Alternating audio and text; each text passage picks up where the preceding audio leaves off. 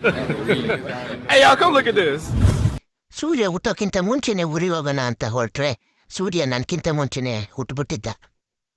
ಆಯ್ತು, ಆಮೇಲೆ ಆಮೇಲೆ ಹೊಲ್ದತ್ರ ಬಂದೆ.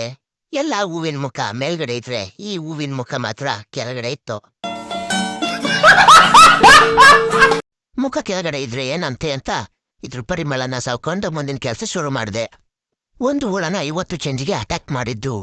ಆ ಹುಳನ ಸೇವ್ ಮಾಡೋಣ ಅಂತ ಹೋದ್ರೆ ಹುಳ ಸತ್ತೇ ಹೋಗಿತ್ತು.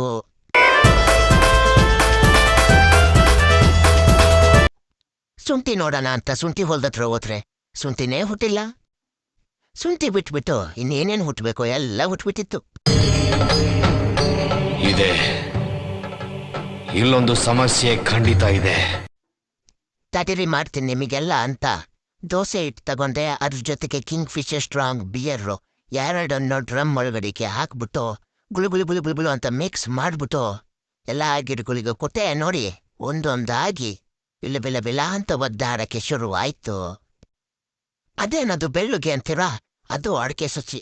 ನಾನ್ ಬಿಡ್ತಾ ಇರೋ ಔಷಧಿನ ಕುಡಿದ್ಬಿಟ್ಟು ಎಲ್ಲಿ ಬೇಗ ಫಸ್ಲು ಬಿಡ್ತಾವ ಅಂತ ಅದನ್ನ ಮುಚ್ಚಿರೋದು.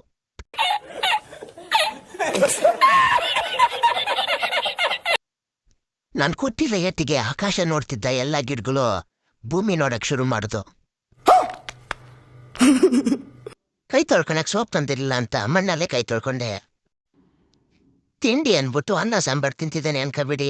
ಇದು ಅನ್ನ ಸಾಂಬಾರ್ ಅಲ್ಲ, ಇಡ್ಲಿ ಸಾಂಬಾರು. ಇಲ್ಲಿಗೆ ದೋಸೆ ಇಟ್ಟು ಅನ್ನ ಸಾಂಬಾರ್ ಕತೆ ಮುಗೀತು.